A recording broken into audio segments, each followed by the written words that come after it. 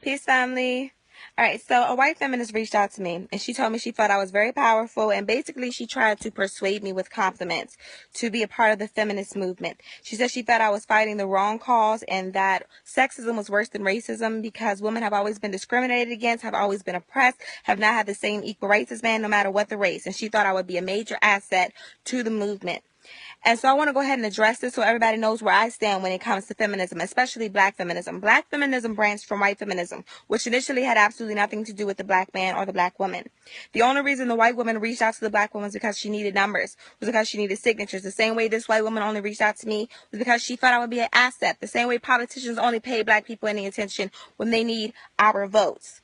Okay, so the white feminism, it had absolutely nothing to do with us. It had everything to do with the white man not treating the white woman right. It had everything to do with the white woman not having the same equal rights as the white man. But the black man and black woman got their equal rights at the same time.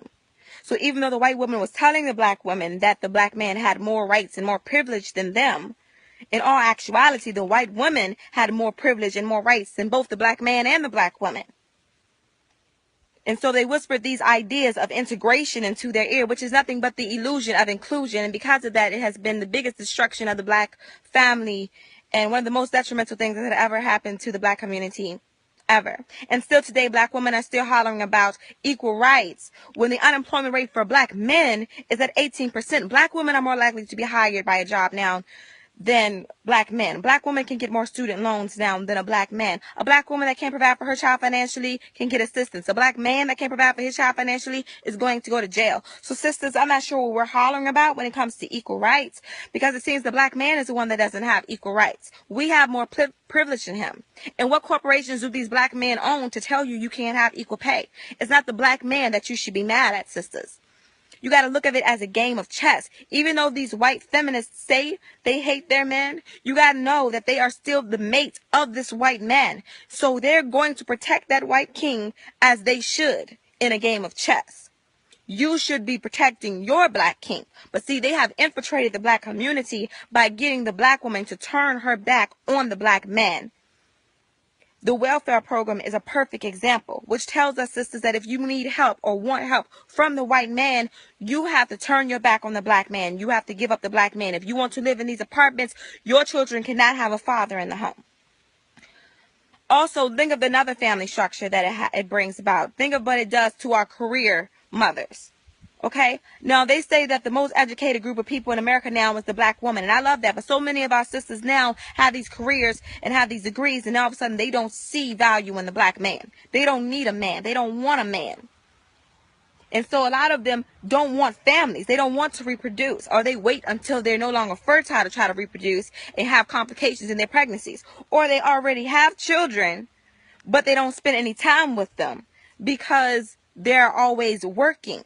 It used to be the man would be the one providing for the family, and the woman would stay home and teach and nurture the children. And together they would raise the children. Now children aren't being raised. They're just being maintained. Putting a roof over their head, feeding them and clothing them, that's maintaining a child like a pet. That's not raising them.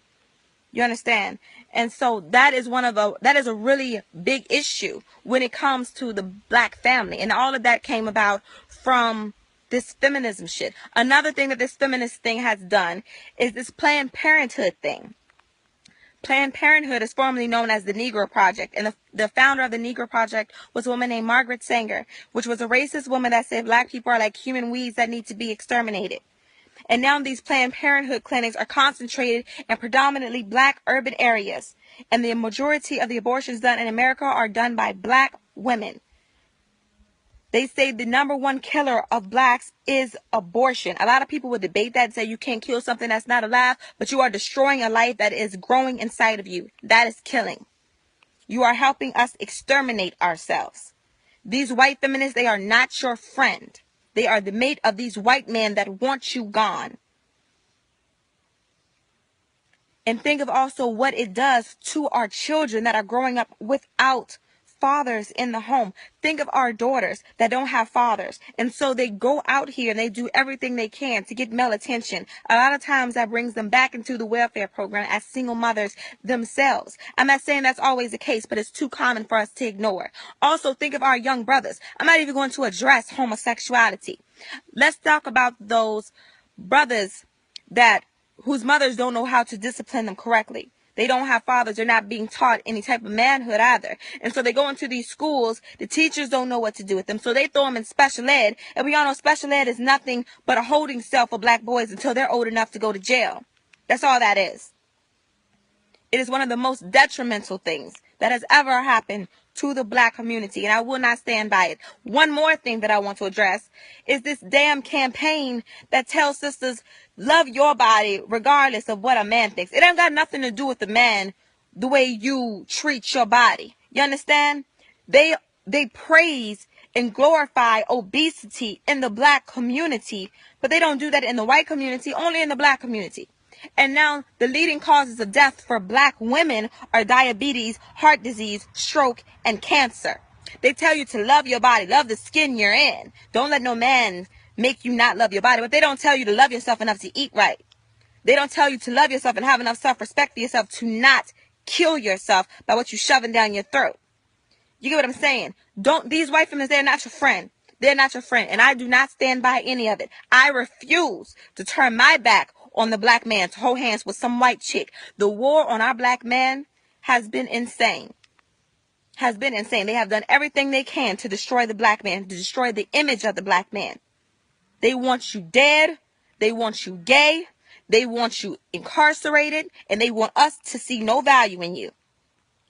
And I'm not supporting that feminism shit.